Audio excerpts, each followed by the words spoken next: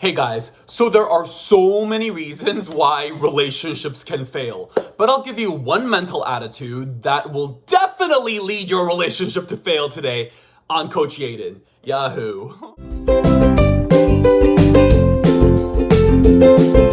Okay, before we start, like, subscribe, and comment. It's just what I have to say, right? When I coach folks, I hear this a lot. Things were great in the beginning, but things were romantic in the beginning, but things were wild in the beginning, in the bedroom, but... And I'm like, but what? What? You put the whips and chains away? What? Then I ask people, well, what are you doing to add to the relationship? And the response I get usually to that is, huh? Guys, I 1000% blame Hollywood for this, okay? Because every romantic story, mostly, every romantic story is like, okay, so let's look at Cinderella, for example. You know, it's about her getting this prince, then she moves into the castle, and I think at the end she brings her stepmom just to be nice or whatever, and all her rats, they move in. And then what? Anything can happen. Anything can happen. What happens if after a year, missionary gets really, really boring? What happens if, if in the kingdom, the prince has to, I don't know, deal with protests all year from social injustice or whatever, and he's all stressed out, and he comes home, and then Cinderella goes up to him and goes, honey, I made you a scarf. And he's like, yeah. And so what are you gonna do about social injustice? And then takes a sip from his whiskey and goes, I'm going to bed. And literally anything could happen. What if he gets Monica Lewinsky as an intern? Over. Just kidding. Kind of. I like Monica, so I mean, really. The reality is relationships are a whole lot of work, okay? It's like purchasing a home, all right? If you find the home of your dreams, it's charming, it's beautiful, it's colorful, it's wonderful in every way, blah, blah, blah. Then, after a while, no matter how beautiful the home is, the paint will start to chip. The floors will start getting scuffed. If you don't water the plants, they'll die. All of the sunflowers will go pew. The heater stops working, so it's not so warm to get inside anymore. So, there are two things you must do in order to keep your house beautiful. Number one, you must make it a priority to take care of the house and expand and make it even more beautiful.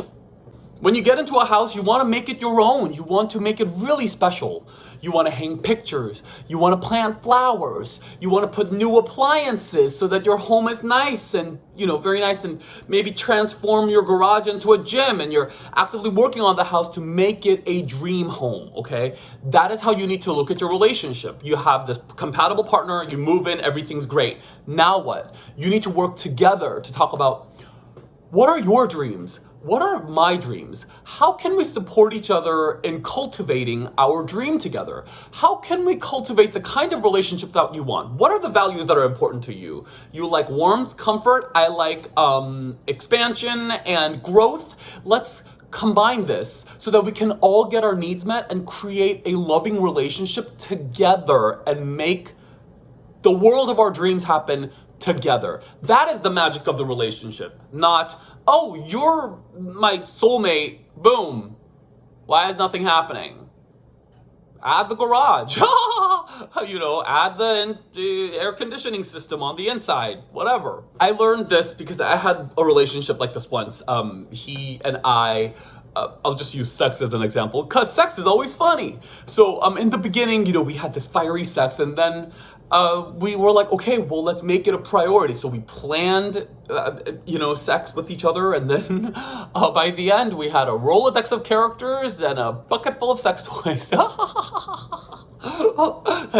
a wardrobe of costumes. I'm kidding. We never went that far away. We weren't wearing clothes. I'm kidding. Okay, but I'm not kidding. For us, it was really till death do us part. And death is ultimately what did us part. He passed away, but he passed away knowing that he was cherished and loved in a very loving relationship, in a fantastic one. And I'll always have that. And I just miss him so much. But I think the way we went about the relationship, I'm super proud of. The second thing you need to do is not avoid issues as they come up. You know, it's common to in relationships to feel uncomfortable addressing problems. If you start ignoring things, you know, the paint might start peeling and you might go, it's not so bad.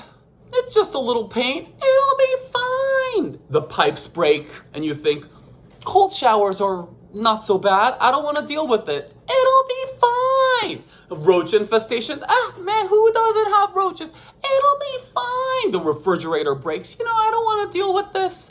I can eat rotten food for a while. It'll be fine. Before you know it, you find yourself in a dirty, roach-infested shack with diarrhea from the food poisoning and no hot water to wash yourself off. So you're stinky and you're sick. Relationships are the same. You must address issues as they come up, and you must cultivate an environment with your partner that makes it safe to do so. You know, I mean, dealing with conflict is a pain in the ass. Who likes conflict? Nobody likes conflict. But, you know, when there's a disagreement, you address it right away. Motivator is not comfort, okay? Comfort is overrated. The motivator should be cultivating a wonderful relationship, okay? And that should be important enough that you're willing to trade in temporary comfort. So is it a pain in the ass to talk to your partner about how you felt when they didn't keep an agreement with you? Yeah, it's conflict. It's a pain in the ass. But you know what? The overall picture of the relationship should be more important to you, that you're willing to communicate these little things. Okay? Roach infestations happen with like a couple roaches. And then all of a sudden you have like 30,000 roaches because you didn't address the one roach and now it's festering. Okay? And then Monica Lewinsky takes your man. So what's my point? Relationships are two-sided. Both of you need to come together and make it a priority to cultivate and create and continually expand together so that you can have the life of your dreams. Yeah, don't settle for anything less because you want to be comfortable and avoid an issue. Because pretty soon, if you're living in that house, it's going to be run down and then you're going to want to, what? Sell the house and get a new fancy looking house and you're going to move in and exactly the same thing's going to happen in the new house. So when you find a house you like, honor it, love it, care for it, and it will honor and love and care for you back. For more about relationships, check out my blog post on toxic relationships and vulnerability in relationships, okay?